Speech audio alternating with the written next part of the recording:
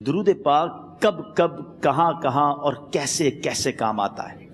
ایک بہت ہی خوبصورت واقعہ، بڑا ایمان افروز واقعہ ہے جو میں آپ کے سامنے پیش کرتا ہوں۔ ایک دوست نے اپنے ایک دوسرے دوست کو قرض دیا، اور جب اس نے قرض دیا تو وہ قرض ایک بڑی اماؤنٹ تھی، 3000 دینار۔ وہ ٹائم آ گیا جب اس ٹائم وہ قرض لینے کے لیے اپنے دوست کے پاس گیا کہ بھائی مجھے میرے پیسے واپس دو، تو اس نے کہا کہ پیسے تو نہیں ہے میرے پاس، میں کولیپس ہو گیا ہوں، بزنس اب میرا ختم ہو گیا ہے، میں تمہاری رقم نہیں دے سکتا۔ اس نے ایک اور ٹائم دے دیا اسے کہ ٹھیک ہے اب اتنے دنوں کے بعد میں دے دوں گا۔ وہ ٹائم بھی گزر گیا، اور جب وہ ٹائم بھی گزر گیا تو اس کے بعد اس دوست نے کہا کہ اب تو پیسے دے دو بھائی، میرا ٹائم پورا ہو گیا ہے۔ پھر نہ دے سکا ٹائم۔ آخر کار معاملہ جو ہے وہ کورٹ میں چلا گیا، قاضی کے پاس چلا گیا۔ اب قاضی نے جس کو پیسے دینے تھے اس کو بلایا اور کہا کہ بھائی آپ کو اس کے پیسے دینے ہیں؟ کہتا ہے ہاں پیسے تو دینے ہیں۔ تو کہا پھر دیتے کیوں نہیں ہو؟ کہا پیسے ہیں ہی نہیں، کاروبار ہی ختم ہو گیا ہے، قرضہ تو لیا تھا، اب میرے پاس بچا ہی کچھ نہیں ہے۔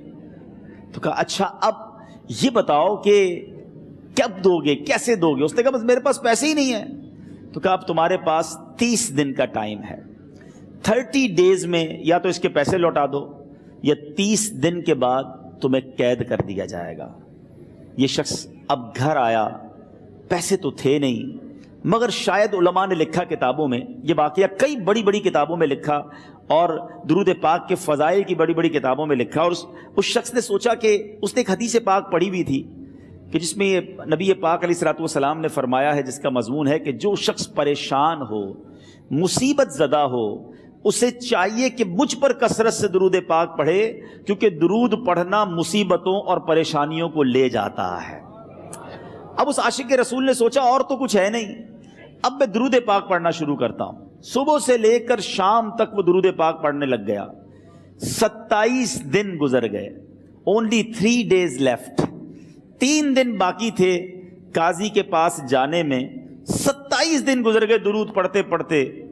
جب 28ویں رات آئی تو آنکھیں تو بند ہوئیں، مگر خواب میں اسے ایک آواز آئی، گھبراؤ نہیں، تمہارا قرضہ ادا کر دیا جائے گا، تمہارا مسئلہ سالو ہو جائے گا۔ صبح اٹھتا ہے، درود پاک پڑھ رہا ہے، مگر کہتا ہے یہ آواز سے تو مسئلہ حل نہیں ہوگا، پیغام کیا ہے اسے سمجھ نہ آیا۔ 28واں دن گزر گیا، 29ویں رات آ گئی، مگر اب آنکھیں بند ہوئیں اور قسمت جاگ اٹھی۔ نبی پاک صاحب لولاک صلی اللہ تعالیٰ علیہ وسلم خواب میں تشریف لائے، اور پیارے آقا صلی اللہ تعالیٰ علیہ وسلم نے فرمایا گھبراؤ نہیں، علی بن عیسیٰ وزیر کے پاس جاؤ، وہ تمہارا قرضہ ادا کر دے گا۔ اب یہ عاشق رسول صبح اٹھا تو ویری فریش، حشاش بشاش کہ اب تو کام ہو گیا، نبی پاک نے خواب میں آ کر بشارت دی ہے۔ مگر پھر ذہن میں سوال آیا کہ علی بن عیسیٰ کے پاس جاؤں گا تو ثبوت کیا ہے، پروف کیا ہوگا؟ میں جا کر اس کو کہوں گا کہ میرا قرضہ دے دو تو ایسے تو قرضہ نہیں دے دینا، اور میں نے اس کو کہا کہ مجھے نبی پاک نے خواب میں کہا ہے، اور اس نے اگر مجھ سے کوئی نشانی مانگی تو میں نشانی کیا دوں گا؟ آخری دن تھا، 29واں دن تھا، وہ بھی درود پڑھتے پڑھتے گزر گیا۔ 30th نائٹ آ گئی، صبح وہ دن ہے جب عدالت میں جانا ہے۔ اب اس رات پھر نبی پاک علیہ الصلوۃ والسلام خواب میں تشریف لائے، اور آقا علیہ الصلوۃ والسلام نے فرمایا کہ علی بن عیسیٰ وزیر کے پاس جاؤ، وہ تمہارا قرض ادا کر دے گا۔ کہ حضور چلا تو جاؤں گا، لیکن اگر وزیر نے مجھ سے کوئی نشانی طلب کی تو میں کیا جواب دوں گا؟ پیارے آقا علیہ الصلوۃ والسلام نے کمال کا ارشاد فرمایا کہ علی بن عیسیٰ سے کہنا کہ تم روزانہ فجر کی نماز کے بعد 5000 بار درود پاک پڑھتے ہو، یہ راز فقط تم جانتے ہو اور تمہارا رب جانتا ہے۔ اب یہ جب صبح اٹھا تو ایک نشانی بھی مل چکی تھی۔ عدالت میں جانے سے پہلے وزیر کے دربار میں پہنچ گیا، اسے یہ ڈر تھا کہ آج پیسے نہ لوٹائے تو سزا ہو سکتی ہے۔ جب وزیر کے دربار میں پہنچا تو وزیر اپنے مشیروں کے ساتھ بیٹھا تھا۔ کہا مجھے آپ سے بات کرنی ہے۔ کہا بتاؤ کیا بات کرنی ہے؟ کہا میں ایک پیغام لایا ہوں آپ کے لیے۔ اچھا کس کا پیغام لائے ہو؟ کہا میں نبی پاک جناب محمد مصطفیٰ صلی اللہ تعالیٰ علیہ وسلم کا پیغام لایا ہوں۔ وہ عاشق رسول وزیر تھا، کہتا بتاؤ میرے آقا نے کیا پیغام دیا ہے؟ کہ حضور میں 3000 دینار کا مقروض ہوں، آج آخری دن ہے اور میرے آقا نے مجھے بشارت دی ہے کہ آپ سے کہوں کہ آپ میرا قرض ادا کر دیجئے۔ علی بن عیسیٰ کہتا ہے کوئی ثبوت ہے آپ کے پاس؟ ہے کوئی دلیل بھی ہے آپ کے پاس؟ میں کیسے مان لوں کہ آپ کو نبی پاک علیہ الصلوۃ والسلام نے بھیجا ہے؟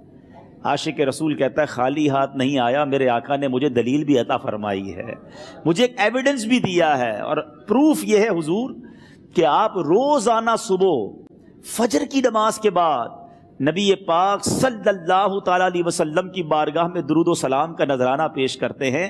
جب تک 5000 کا عدد پورا نہیں ہوتا آپ اس وقت تک کسی اور سے بات نہیں کرتے، اور اے وزیر صاحب یہ رات صرف آپ کو پتا ہے اور آپ کا رب جانتا ہے۔ اللہ اکبر! وہ وزیر تو جس کو کہے نا جھوم اٹھا، ایسا عاشق رسول وزیر تھا جو روزانہ صبح 5000 درود پڑھتا ہو، اس کی تو عید ہو گئی نا۔ وہ کہتا ہے مرحبا یا رسول اللہ، میرے آقا نے میرے درود قبول کر لیے، اس سے بڑھ کر میرے لیے سعادت کیا ہوگی۔ اب یہ وزیر اپنے سیٹ سے اٹھتا ہے، اپنے کمرے میں جاتا ہے، تھوڑی دیر بعد واپس آ کر اس عاشق رسول کے ہاتھ میں 3000 دینار رکھ کر کہتا ہے حضور پہلے 3000 دینار تو نبی پاک کا حکم کی میں ادب سے بجا لاتا ہوں، میرے آقا نے جو حکم فرمایا یہ 3000 دینار آپ کو پیش کرتا ہوں۔ حضور ایک اور 3000 دینار لیجئے، میرے گھر آپ آئے، اتنی اچھی خبر سنائی، آپ نے قدم رنجا فرمایا، یہ 3000 اس کا نذرانہ ہے، اور ایسا کیجئے 3000 اور لیجئے، اس سے اپنے بچوں کے لیے کچھ چھوٹا موٹا کام شروع کیجئے، اور ایک وعدہ کر کے جائیے آج کے بعد زندگی میں آپ کو جب بھی کوئی کام پڑے میں آپ کا بھائی ہوں، مجھے یہ خدمت کا موقع دیجئے گا۔ اللہ اکبر! وہ مقروض جو ایک رات پہلے 3000 دینار کا مقروض تھا، ہو سکتا ہے اس کے بیک آف مائنڈ یہ بھی چل رہا ہو کہ اب شاید کل میں نے جیل میں جا کر عدالت میں جا کر گرفتاری دے کر جیل میں جانا ہے، مگر اب 9000 دینار ہاتھ میں ہیں۔ عاشق رسول جھومتا ہوا نبی پاک کی یاد میں گھومتا ہوا اب عدالت میں پہنچا۔ عدالت میں everybody expecting over there کہ آج اس نے آنا ہے اور آ کر کہنا یہی ہے کہ پیسے تو نہیں ہیں، گرفتار کر لو، مگر جا کر اس عاشق رسول نے 3000 دینار جج صاحب کے ہاتھ میں رکھ دیے۔ قاضی کہتا ہے پہلے تو یہ بتاؤ پیسے آئے کدھر سے؟ تم تو کہتے تھے غریب ہوں، تم تو کہتے تھے کاروبار نہیں ہے، ایک مہینے میں اتنی بڑی رقم کا انتظام کیسے ہو گیا؟ سبحان اللہ! اس عاشق رسول نے گویا زبان حال سے یہ کہا ہوگا کہ یہ تو کرم ہے ان کا، ورنہ مجھ میں تو ایسی بات نہیں، اتنا دیا سرکار نے مجھ کو، اتنی میری اوقات نہیں۔ اس نے وہ پورا واقعہ بھری عدالت میں سنا دیا۔ اللہ اکبر! میرے پیارے اسلامی بھائیوں ذرا سوچو پہلے زمانے میں کیسے عاشقان رسول ہوا کرتے تھے، وہ جج وہ قاضی بھی کیسا سرکار علیہ الصلوۃ والسلام کا عاشق تھا۔ اپنی سیٹ سے اٹھتا ہے، بھرے دربار میں بھری عدالت میں وہ اپنے چیمبر میں اپنے کمرے میں جاتا ہے، اور تھوڑی دیر بعد واپس آ کر اس کے ہاتھ میں بھی 3000 دینار ہیں، اور وہ 3000 دینار جو ہے وہ اس عاشق رسول کے ہاتھ میں رکھتا ہے کہ سارا ثواب علی بن عیسیٰ کیسے لے جائے، میں بھی تو نبی پاک کا غلام ہوں، میں تمہارا قرضہ میں ادا کرتا ہوں۔ اچھا، اب ایک اور عجیب سینیریو یہ بن گیا کہ جس نے کیس کیا تھا، جس نے دعویٰ کیا تھا، وہ بھی یہ سارا منظر دیکھ رہا تھا۔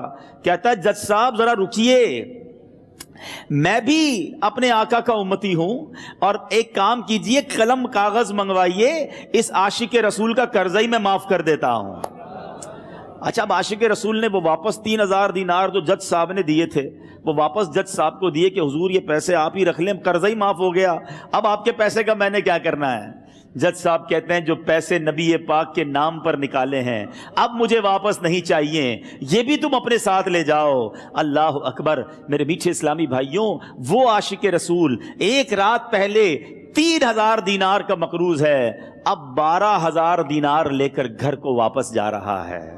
اس ایک واقعے کے اندر جو ہم سب کے لیے درس ہے، جو ہم سب کے لیے پیغام ہے، شاعر لکھتے ہیں نا، دکھوں نے تم کو جو گھیرا ہو تو درود پڑھو،